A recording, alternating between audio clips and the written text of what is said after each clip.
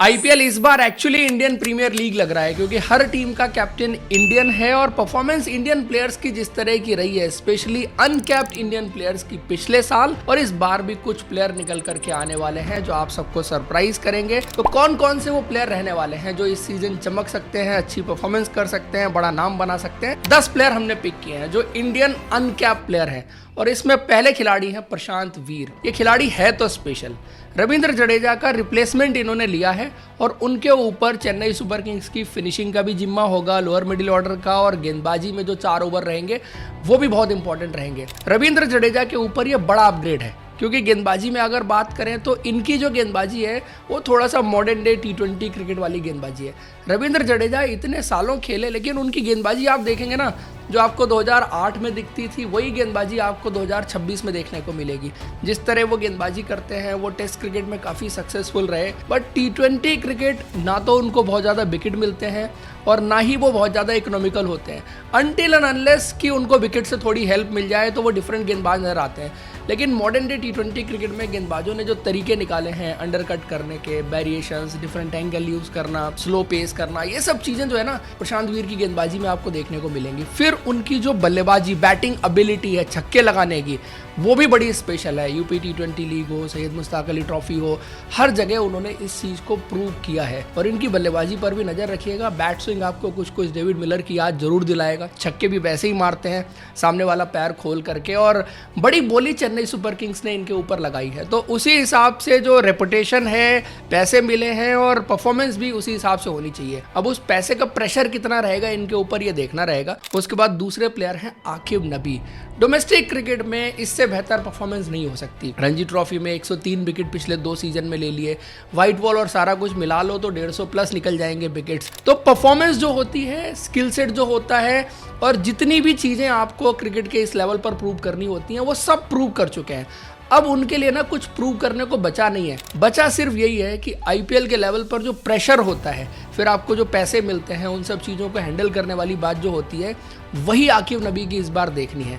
Otherwise skill set में आप अर्शदीप की बात करें, शमी की बात करें, वो वर्ल्ड क्लास स्किल सेट, उनकी गेंदबाजी में वो टेम्परामेंट भी आपको देखने को मिलता है।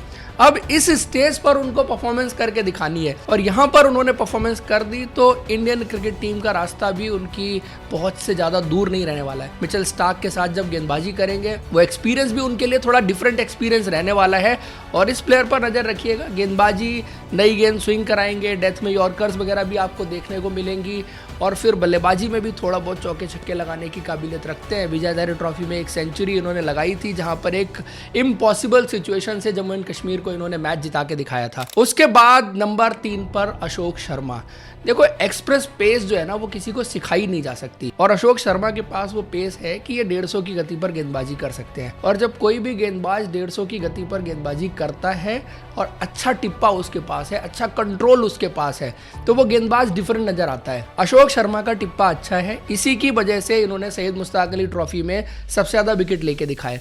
थोड़ा कभी कभी एक्सपेंसिव हो सकता है एक्स्ट्रा पेस वाला गेंदबाज, क्योंकि जब बैट्समैन उसकी पेस का इस्तेमाल करने लग जाता है तो नॉर्मल पेस के गेंदबाज पर जो गेंद ट्रैवल करती है उससे कहीं गुना ज़्यादा तेजी से गेंद ट्रैवल करती है जो एक्सप्रेस पेस वाला बॉलर होता है उसके खिलाफ। तो इनकी गेंदबाजी में अगर आप जाएं तो इनके पास थोड़े से वेरिएशन, थोड़ी सी वो एक्सप्रेस पेस और फिटनेस इनकी जिस तरह की रही है, काफ़ी लंबी गेंदबाजी करके आए हैं, फिट भी रहे हैं।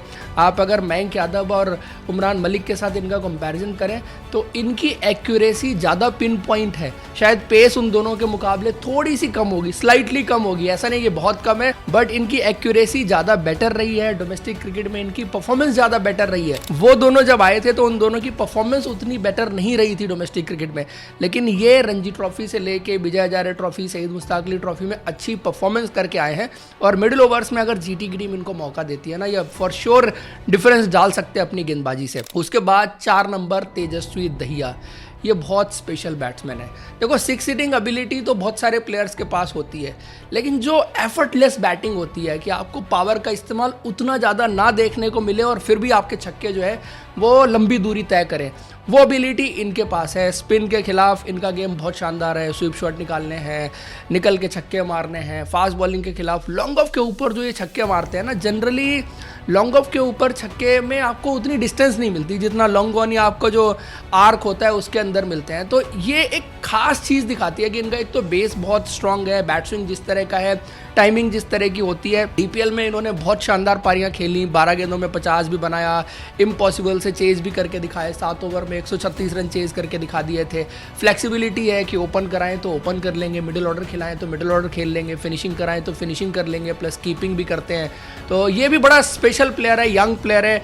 दिल्ली प्रीमियर लीग की शानदार परफॉर्मेंस का रिवॉर्ड इनको इस सीजन मिला और कई सालों से ट्राई कर रहे थे आईपीएल में, फाइनली इनको मौका मिल गया और शायद केकेआर की प्लेइंग 11 में भी इनको जगह मिल जाएगी। उसके बाद मुकुल चौधरी। आपको फिनिशर्स बहुत कम देखने को मिलते हैं इंडियन क्रिकेट में, और फिनिशर्स ऐसे जिनके पास पावर है, टाइमिंग तो मैं नहीं कहूँगा, लेकिन ये बैट्समैन ना थोड़ा सा डिफरेंट जरूर है, कुछ अलग एलिमेंट लेके आता है। लाइक आप आशुतोष शर्मा को देखें, जिस तरह की परफॉर्मेंस उनकी रही, जो पावर पैक शॉट्स वो लगाते हैं, मुकुल चौधरी भी कुछ उसी तरह के हैं। और आशुतोष शर्मा जब बल्लेबाजी करते हैं तो उनके शॉट्स में आप देखेंगे कि पूरा बॉडी की पावर आती है, लेकिन इनका क्या है, जो कलाइयाँ हैं उनमें जो पावर है वो एक डिफरेंट नज़र आएगी। आप देखिए, जैसे ये कभी कभार outside the off stump ball मिलेगी तो रिस्ट को इस तरह से, इस तेज़ी से घुमाते हैं और जो पावरफुल तरीके से वो आती है कि आपको पॉइंट के ऊपर से छक्के लगाते हुए भी दिखेंगे, लॉन्ग ऑन के ऊपर से छक्के लगाते हुए भी दिखेंगे, हेलीकॉप्टर भी आता है। बेसिकली इनकी जो शॉट्स मेकिंग है ना, उसमें रिस्ट वर्क थोड़ा सा डिफरेंट तरीके का रहता है। नॉर्मली हम क्रिकेट में कहते हैं कि थोड़ा सा स्मूथ, सिल्की, उस तरह का रहना चाहिए। जो बैट स्विंग है वो सब चीज़ें तो आती ही आती हैं, और आपको बेसिकली यॉर्कर खेलनी है, जैसे एमएस धोनी हेलीकॉप्टर शॉट्स लगाते थे, तो एमएस धोनी का जो आता है लास्ट मोमेंट पे आपको फ्लिक ऑफ द रिस्ट देखने को मिलेगा, लेकिन इनका थोड़ा सा डिफरेंट है। और ये प्लेयर एक्चुअली डिफरेंट है। सबसे ज़्यादा छक्के अंडर 23 स्टेट टूर्नामेंट में इन्होंने लगाए, हाईएस्ट रन स्कोरर थे। फिर सैयद मुश्ताक अली ट्रॉफी में आके इन्होंने कुछ कमाल की पारियां खेली, नज़र जरूर रखिएगा। और I think Lucknow super giants के लिए फिनिशर की भूमिका निभाने वाले हैं जितना भी मौका मिलेगा, क्योंकि परमिटेशन कॉम्बिनेशन में डिपेंड करेगा कि कब किसको खिलाते हैं, बट ये प्लेयर है तो स्पेशल। उसके बाद अमन राव। अब इनको मौका मिलना थोड़ा सा मुश्किल होगा, और मैं कहूँगा ना कि टाइमिंग की, एलिगेंस की कोई डेफिनेशन जो होती है ना, वो कोई बल्लेबाज अगर लिखेगा तो अमन राव को बल्लेबाजी करते हुए आप देखिए। कि मैंने जब इनको देखा ना बल्लेबाजी करते हुए, कि पहला मैच था इनका सैयद मुश्ताक अली ट्रॉफी का मुंबई के खिलाफ, और ये चौके छक्के ऐसे लगा रहे थे ना जैसे आप घर में भी खेलें ना तो ऐसे करेंगे तो छक्का नहीं जाएगा। ये शार्दुल ठाकुर के खिलाफ बैटिंग कर रहे थे, उन्होंने ऐसे किया 6 रन, इधर खेला 4 रन। मतलब इतना स्मूथ एंड सिल्क, एलिगेंस क्या होता है ना, आप इनको बल्लेबाजी करते हुए देख लीजिए। और जो एक टैलेंट, टेम्परामेंट की भी बात होती है, इन्होंने एक 200 किया था इस बार विजय हजारे ट्रॉफी में, वहाँ पर जिस तरह से इन्होंने पारी कंस्ट्रक्ट की, पहले 100 रन 100 बॉल पे बनते हैं और फिर अगले जो है वो इनके 100 रन बनते हैं, वो आई थिंक 30 ऑड बॉल्स पे इन्होंने बना दिए थे। तो इस तरह की एबिलिटी है कि कंस्ट्रक्ट भी कर सकता है, एक्सेलरेट भी बहुत अच्छा कर सकता है, और जो शॉट्स मेकिंग है वो बहुत एफर्टलेस है। आपको पावर पैक शॉट्स नहीं दिखेंगे, और आपको ओपनिंग में चाहिए ऐसा कि अच्छा शेप होल्ड करे कोई बैट्समैन, मेरिट पर खेले, और टाइमिंग इस तरह की हो कि यार वो नॉर्मली भी खेले ना बैट्समैन। जहां पर कोई बैट्समैन नॉर्मली खेलता है तो उसको सिंगल मिलता है, ये बैट्समैन अगर नॉर्मली खेले, परसेंटेज क्रिकेट खेले तो चौके छक्के लगाता है। इस तरह की एबिलिटी इनके पास है। हाँ, 11 में जगह बनाना थोड़ा सा मुश्किल होगा, बट आई बिलीव कि कोई स्टेज ऐसी जरूर आएगी, क्योंकि जो आरआर की टीम का कॉम्बिनेशन है उधर लेफ्ट हैंडर्स बहुत है, और अमन राव का इस्तेमाल हो सकता है कि एज अ राइट हैंडर किसी स्टेज पर आप उनका इस्तेमाल होते हुए देखें। देन उसके बाद सुशांत मिश्रा, जीटी की टीम में एक और लेफ्ट आर्म फास्ट बॉलर, क्योंकि जीटी की टीम में लेफ्ट आर्म फास्ट बॉलर नहीं है ज़्यादा, और उनका इस्तेमाल करने की तरफ जीटी की टीम सोच सकती है। अब इनके पास क्या खास बात है कि इनके पास भी अच्छी पेस है, पहली चीज़। दूसरा, नई गेंद स्विंग कराने की काबिलियत है। तीसरा, जो वेरिएशंस हैं इनके पास, मिडिल ओवर्स में आके, स्लोअर वंस के, कटर्स के और डेथ ओवर्स में जो यार्कर मार सकते हैं। तो लेफ्ट आर्म फास्ट बॉलर आपको इंडियन क्रिकेट में वैसे ही कम दिखते हैं। फिर जिनके पास अच्छा स्किल सेट हो, अच्छा पेस हो, और एक कंप्लीट वाइट बॉल बॉलर आपको नज़र आता हो, तो वो चीज़ इनके पास है। इस बार सैयद मुश्ताक अली ट्रॉफी में इन्होंने झारखंड के लिए बहुत अच्छी परफॉर्मेंस की, कई सारे विकेट्स निकाले, फिर विजय हजारे ट्रॉफी में भी अच्छी गेंदबाजी की। तो एक तो अच्छी फॉर्म के साथ आ रहे हैं। Left arm fast bowler under 19 में भी बहुत अच्छा करके आए थे, तो स्ट्रेंथ इनकी रही थी गेंद को स्विंग कराने की, राइट हैंडर के लिए अंदर लाने की, और वो एंगल बॉल आप हमेशा इसीलिए इस्तेमाल करना चाहते हैं कि लेफ्ट आर्म फास्ट बॉलर है और अर्ली ऑन राइट हैंडर को गेंद अंदर लेके आ सकता है, उस तरह की काबिलियत इनके पास है। और फिर बाद में जब गेंदबाजी करेंगे तो आपको वो कटर, स्लोअर वंस, यॉर्कर भी इनकी बड़ी शानदार है। आप देखिए मजा आएगा अगर इनको गेंदबाजी करने का मौका इस बार मिलता है। देन फिर मंगेश यादव आरसीबी के लिए बहुत इंपॉर्टेंट प्लेयर रहने वाले हैं इस सीजन, क्योंकि यश दयाल के एब्सेंस में इनकी जगह प्लेइंग 11 में जरूर बनेगी। सिमिलर स्किल सेट लेके आते हैं, शायद बल्लेबाजी और एड ऑन हो जाएगी, प्लस इनकी फील्डिंग जिस तरह की रहती है, he is a all-rounder in making मैं कहूँगा, क्योंकि गेंदबाजी तो अच्छी करते हैं, एमपी टी20 लीग के हाईएस्ट विकेट टेकर थे, नई गेंद स्विंग कराने की काबिलियत रखते हैं, वेरिएशंस इनके पास हैं, हैवी बॉल डालते हैं, स्लोअर बाउंसर इनका बहुत अच्छा है। तो ये सब क्वालिटीज़ इनकी गेंदबाजी में है। और इंपॉर्टेंट ये है कि बहुत ही एथलेटिक है, फील्डिंग में भी बहुत कमाल के एफर्ट आपको इनसे देखने को मिलेंगे, चाहे वो फॉलो थ्रू में हो, चाहे वो आउटफील्ड में फील्डिंग कर रहे हो। तो ये सब चीज़ें इनकी गेंदबाजी की बात हुई। बट बैटिंग में आके डाउन द ऑर्डर आके जिस तरह का बैट स्विंग है, आई थिंक इन्होंने थोड़ा सा और डेवलप किया ना, तो ये ऑलराउंडर के रूप में इमर्ज होकर इंडियन क्रिकेट में जरूर आएगा, क्योंकि नीचे जो चौके छक्के लगाने की काबिलियत है इनके पास, वो आरसीबी के लिए बहुत इंपॉर्टेंट रोल प्ले करेगी। हालांकि आरसीबी की टीम में आज की डेट में अच्छे खासे फिनिशर्स हैं, इनको उतना मौका नहीं मिल पाएगा, लेकिन जब भी मिलेगा ये आपको अपनी बल्लेबाजी के साथ भी इंप्रेस करेंगे। हाँ, यश दयाल के मुकाबले आरसीबी के लिए डाउनग्रेड है या अपग्रेड है, अगर प्योर बॉलिंग टू बॉलिंग जाएं तो शायद मैं कहूँगा कि अभी इनको थोड़ा बॉलिंग में आगे जाने में वक्त लग सकता है यश दयाल के मुकाबले, पर स्टिल पोटेंशियल है, काबिलियत है, और ओवरऑल पैकेज के रूप में देखें ना तो आरसीबी की टीम में एक बहुत ही जबरदस्त एडिशन इन्होंने किया है। उसके बाद कनिष्क चौहान, इस प्लेयर पर तो अंडर 19 से नज़र है, और इस प्लेयर में वो जो जेन्युइन ऑलराउंडर वाली बात होती है वो है। आप इनकी ऑफ स्पिन गेंदबाजी में देखिए, आप इनकी बल्लेबाजी में देखिए, आप इनकी फिनिशिंग में देखिए, आप इनकी फील्डिंग में देखिए। यंग प्लेयर है, आरसीबी कब खिला पाएगी कहना मुश्किल है, लेकिन आरसीबी की टीम में ऑफ स्पिनर्स नहीं है, और जब भी मैचअप चाहिए होगा, आपको क्वालिटी ऑलराउंडर चाहिए, आप कनिष्क चौहान की तरफ जाएंगे।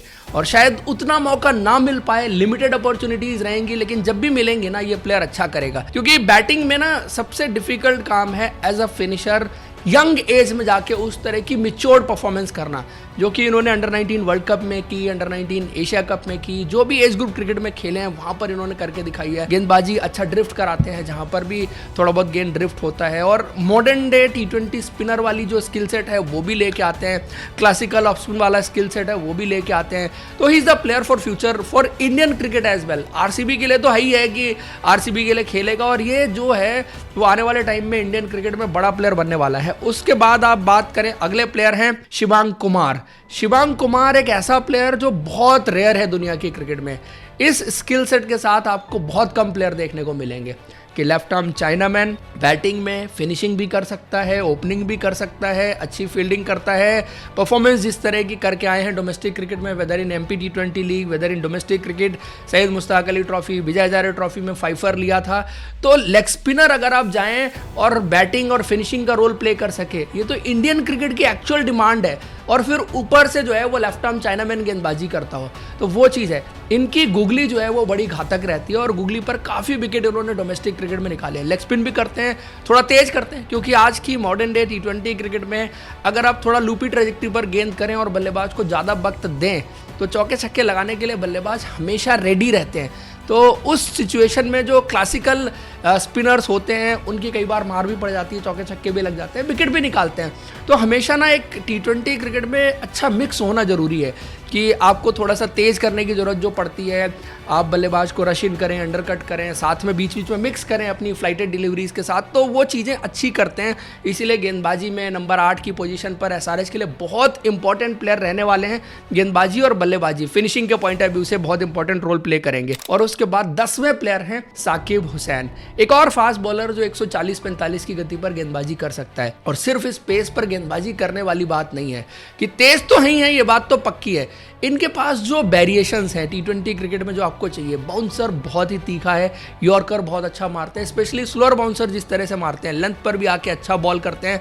सो he is a versatile fast bowler जो आपको टी20 क्रिकेट में चाहिए कि एक पर्टिकुलर लेंथ पर डिपेंडेंट नहीं रहता, बीच बीच में आपको चाहिए कि आप बैट्समैन को हमेशा ना टोज पर रखें कि अगला गेंद क्या आने वाला है। जैसे जसप्रीत बुमराह हैं, उनकी खासियत क्या है कि वो हमेशा बैट्समैन को ये गेस करने पर मजबूर करते हैं कि अगला गेंद क्या आएगा और अपनी डिलीवरी के साथ उसको सरप्राइज करते हैं। तो अगर किसी के पास पेस है, स्पेशली आपके पास 145 के आसपास की पेस है, फिर आप जब स्लोअर वन डालते हैं ना 120 118 की पेस पर, तो वो ज़्यादा सरप्राइज करती है। फिर बीच में आप यॉर्कर मिक्स करें, बाउंसर मिक्स करें, लेंथ डिलीवरी करें, तो ये सब चीज़ें जो है वो आपको साकिब हुसैन की गेंदबाजी में देखने को मिलेंगी। और अगर एसआरएच की टीम उनको खिलाती है मिडिल ओवर्स में, जैसे अशोक शर्मा डिफरेंस डाल सकते हैं, वैसे ये भी डाल सकते हैं, क्योंकि ये ना आईपीएल के सीन में पिछले 2-3-4 साल से हैं, नेट बॉलर्स रहे, फिर अभी जाके इनको यहाँ पर मौका मिल रहा है। अभी तक डेब्यू नहीं हुआ, केकेआर की टीम में थे, लेकिन आई थिंक जो डोमेस्टिक क्रिकेट में बिहार के लिए पिछले सीजन इनकी परफॉर्मेंस रही थी सईद मुश्ताक अली ट्रॉफी में, वो बहुत कमाल की रही थी और अच्छे सेटअप करके इन्होंने बल्लेबाज आउट किया है। इकोनॉमी कई बार थोड़ा बहुत ऊपर नीचे हो सकता है, बट इनके पास विकेट टेकिंग एबिलिटी, और T20 के इस क्रिकेट में आपको मैचेस जीतने हैं ना, इकोनॉमी को नीचे लेके आना है, तो आप अगर रेगुलर इंटरवल पर विकेट लेते रहे तो वो चीज़ें हो जाती हैं। तो दोस्तों ये 10 प्लेयर हैं जिन पर नज़र रखिएगा। आप लोग भी बताइए कोई और प्लेयर आपकी नज़र में है जो प्लेयर टू वॉच आउट होने वाला है। हाँ जरूर, बहुत सारे प्लेयर हैं जो हो सकते हैं, बट आई थिंक मैंने ये 10 प्लेयर पिक किए हैं। आप लोग की राय क्या है जरूर बताइए कमेंट करके। वीडियो और इन्फॉर्मेशन अच्छी लगी है तो लाइक और हमारे चैनल को सब्सक्राइब जरूर करें। Thank you, see you in next video.